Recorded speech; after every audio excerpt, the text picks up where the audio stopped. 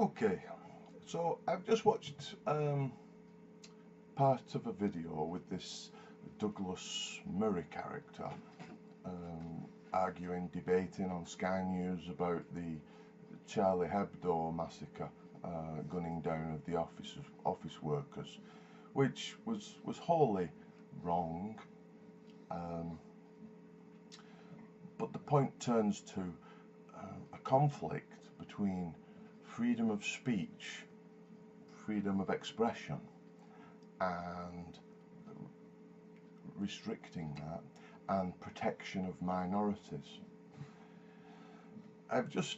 I'm embroiled in some legal affairs at the moment, and I come across a civil procedure rule for court wherein it's an overriding objective to see that two participants in a case are on equal standing before the court. And I think this drives to the heart of the protection of minorities, wherein, as a principle, we do curtail, hinder the fastest runner from time to time in the protection of a broader goal of having a kind of equality in society, or at least starting places of equality, at least procedural civil standing in society as equal. People's abilities, natural tendencies, innate skills, obviously are variant.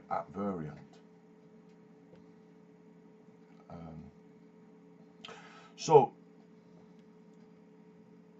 I find this is his argument for free speech actually, I think, is usurped by the rather brief counterpoint by the what I presume is a Muslim gentleman. I can't. It's a difficult name for me to recall and pronounce it. I can't catch it. But he argues about the protection of minorities position. This Douglas Murray holds up an edition of Private Eye and says, look, we make fun of Christianity all the time, and this is perfectly normal and allowable. Therefore, we claim free speech to make fun of all religions. What he didn't do is hold up an edition of Private Eye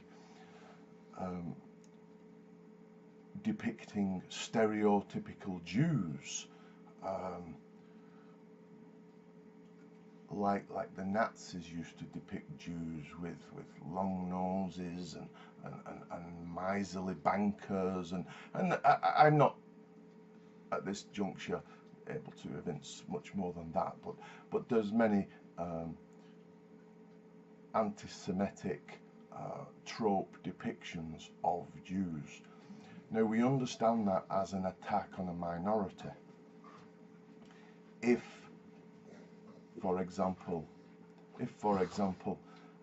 one was to depict Muhammed riding a bomb, and I think that might be a picture, but I'm not sure.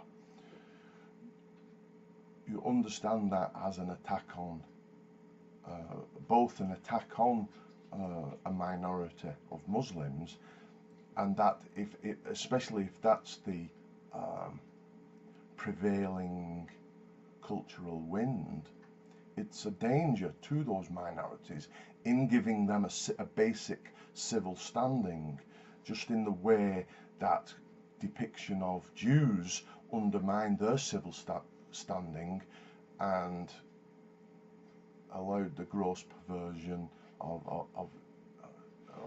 what the Nazis did.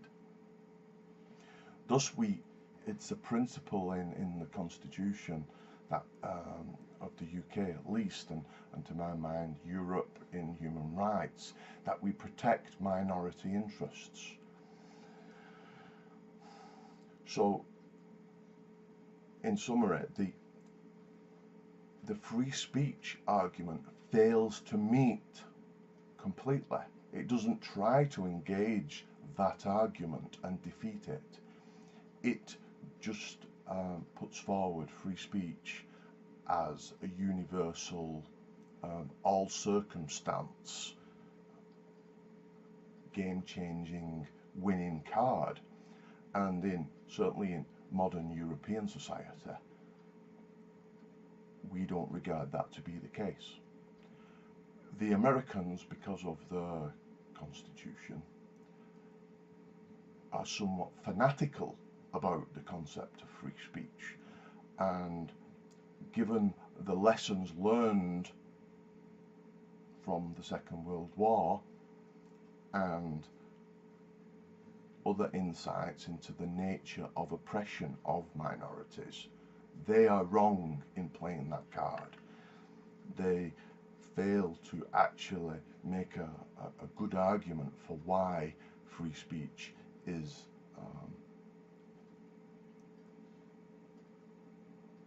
such a unquestionable, under all circumstances, right in the face of the minority protection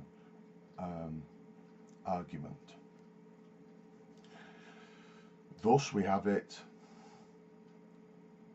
to my mind, this supposed great argument put by Douglas Murray is actually, I find, just in the ever so brief clip, the argument put about oppression of minorities and about imbalance of power.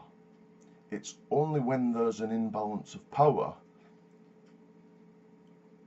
that we protect the minority.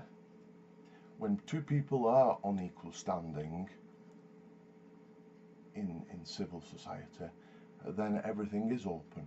And that is the explanation for why we get Christian mocking, because of the majority power base in the Christian realm, and more carefully scrutinize those depictions that might be really just aimed at a prevailing, as the man puts it, demonizing of Islam.